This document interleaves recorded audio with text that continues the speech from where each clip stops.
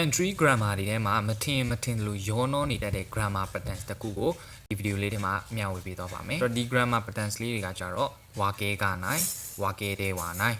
ဆိုတော့ဒီစကားလုံးနှလုံးကလည်းဒါစင်တူလို့ရှိရဲအဓိပ္ပာယ်ချင်းကလည်းခက်စင်စင်တူနေတတ်တယ်ဆိုတော့ဒီ grammar patterns လေးကိုကျွန်တော်တို့ဆက်ပြီးတော့လေ့လာကြည့်အောင်နော်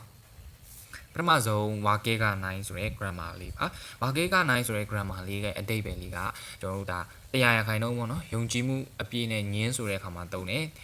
ဖြစ်နိုင်ချေလုံးဝမရှိဘူးဟလာတခုခုလောက်ကြအကြောင်းမရှိဘူးပေါ့နော်ဒီလိုအခါမျိုးမှာတုံးတယ်အဲ့တော့ဖြစ်နိုင်ချေလုံးဝမရှိဘူးလို့ပြောချင်တဲ့အခါပေါ့နော်ဥပမာအနေနဲ့ကျွန်တော်ကြည့်ကြည့်အောင်နော်သူကဥပမာလေးကိုမပြောခင်သူကသဘောတဘာဝလေးကိုအရင်ပြောပြပေးမယ်သဘောတဘာဝလေးကဇက်တိုင်းနိနိုင်လုံးဝမဟုတ်ဘူးဆိုတဲ့အဓိပ္ပာယ်နဲ့ခက်စင်စင်တူပါတယ်formula လေးအနေနဲ့ကတော့သူကဒါ plain form အနေနဲ့တွေ့တယ်နောက်ပြီးတော့နဆိုရင်န adjective ဆိုရင်နပြန်ထည့်မယ်ဝါကဲကနိုင်ပေါင်းမယ်အခုတတိပြုရမှာက noun ဆိုရင်ကျွန်တော်တို့က not ဆိုတဲ့စကားလုံးလေးကတ်ပေးရတယ်နော် noun ဆိုရင် not ကတ်တယ်ပြီးရင်ဝါကဲကနိုင် okay ဒါဆိုရင်ကျွန်တော်ဥပမာလေးရင်ကြည့်ကြအောင်နော်ဥပမာလေးမှာကျွန်တော်န adjective လေးနဲ့အရင်ပြထားတယ်ခန်းတန်နဝါကဲကနိုင်ဒါလွယ်ကူဖို့လုံးဝမဖြစ်နိုင်အဲ့လိုမျိုးပြောတယ်နောက်တစ်ခုဥစောနဝါကဲကနိုင်လိညာမှုဖြစ်ဖို့လုံးဝမဖြစ်နိုင်ဘူးလိညာဖို့အတွက်လုံးဝမဖြစ်နိုင်သူလုံးဝမလိညာဘူးလို့ပြောချင်တဲ့အခါပေါ့နော်ယုံကြည်မှုအပြည့်နဲ့ညင်းဆိုတာတစ်ခုအနေနဲ့ခါရဲဝမိုင်းနီချီအစွန်ဒေရခါရှိကန်နီဂောဂကုစရုဝါကေကနိုင်โอเคဆိုတော့ဒီစကလုံးမှာဆိုရင်ဒီစာကြောင်းမှာဆိုရင်သူကအမြဲတမ်းစော့ကစားနေတဲ့အတွက်ကြောင့်လို့နော်စာမေးပွဲမှာအောင်မြင်ဖို့အတွက်လုံးဝမဖြစ်နိုင်ဘူးနော်စာမေးပွဲမှာအောင်မြင်စရာအကြောင်းမရှိဘူးဒီလိုမျိုးပြောတယ်နော်အဓိပ္ပာယ်လေးကဖြစ်နိုင်ခြေလုံးဝမရှိဘူးတခုခုဖြစ်เสียအကြောင်းကိုမရှိဘူးဆိုတော့တရားရခိုင်လုံးနဲ့ညင်းတာယုံကြည်မှုပြည့်နဲ့ညင်းတာဘာလို့လဲ तू အမြဲတမ်းစော့ကစားနေတဲ့အတွက်ကြောင့်လို့ဆောင်းဝဲအောင်နိုင်ဖို့ကလုံးဝမဖြစ်နိုင်ဘူးဟုတ်တယ်နော်ဒီညမှာဆိုရင် तू ကplain form နေနဲ့တွားပြီးတော့သုံးထားတာဆိုတော့ဒီ grammar pattern လေးကိုအလွယ်မှတ်ရမယ်ဆိုရင်ကားနိုင်ဆိုရင်ယာနှုံးပြည့်ညင်းတာကိုပြောတာပါရခိုင်နှုံးပြည့်ညင်းချက်ဆိုတာပေါ့နော်ဆိုတော့နောက်ထပ် grammar patterns လေးတစ်ခုဖြစ်တဲ့ဝါကဲသေးဝါနိုင်ဆိုတဲ့ grammar patterns လေးကိုတစ်ချက်ကြည့်ကြည့်အောင်နော်ဝါကဲသေးဝါနိုင်ဆိုတာကဝါကဲကနိုင်နဲ့ဒါအလဲမှာဂဆိုတဲ့စကားလုံးနဲ့ဒဲဝါဆိုတဲ့စကားလုံးလေးပဲ꿰သွားတာဖြစ်ပါတယ်အဲ့တော့အဓိပ္ပာယ်လေးလည်းအနည်းငယ်ပြောင်းသွားတယ်ဘယ်လိုအဓိပ္ပာယ်လေးလဲဆိုတော့ဝါကဲသေးဝါနိုင်ဆိုတာဒီ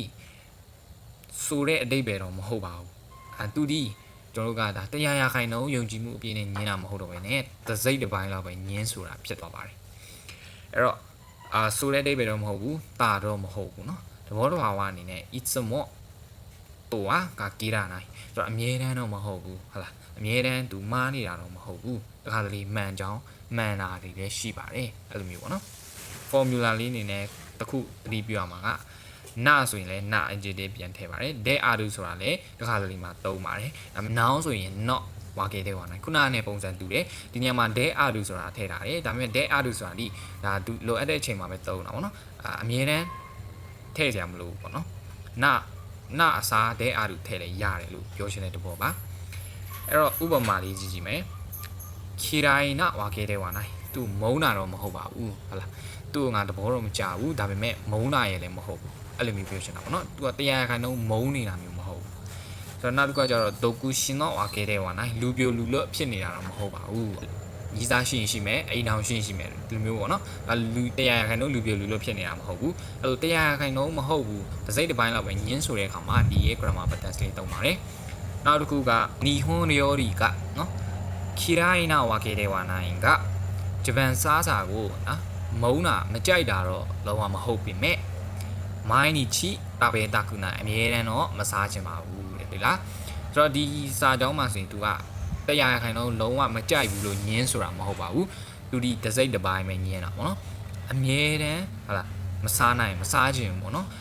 ဒီဂျပန်အစားအသောက်ကနော် तू မကြိုက်တာမဟုတ်ဘူး तू ကြိုက်တယ်ဒါပေမဲ့လို့အမြဲတမ်းကြည့်ကြတော့မစားချင်ဘူးဟုတ်လားကြိုက်တော့ကြိုက်တယ်ဒါပေမဲ့အမြဲတမ်းကြီးမစားချင်တဲ့အကြောင်းကိုပြောတာအဓိကဒီနေရာမှာဆိုရင်ဒဲဝါဆိုတာဒီတစ်စိတ်တစ်ပိုင်းပဲညင်းတာလို့ကျွန်တော်တို့ဒါအလွယ်မှတ်လို့ရပါတယ်နော်ဝါကဲကနိုင်ကနိုင်ဆိုတာဒီတရားခံတော့ညင်းချက်ဆိုတာလို့အလွယ်မှတ်လို့ရပါတယ်ဆိုတော့ဒီ grammar patterns လေးကိုနားလည်သွားမယ်လို့ထင်ပါတယ်ဒါဆိုရင်အားလုံးအဆင်ပြေမယ်လို့ထင်ပါတယ်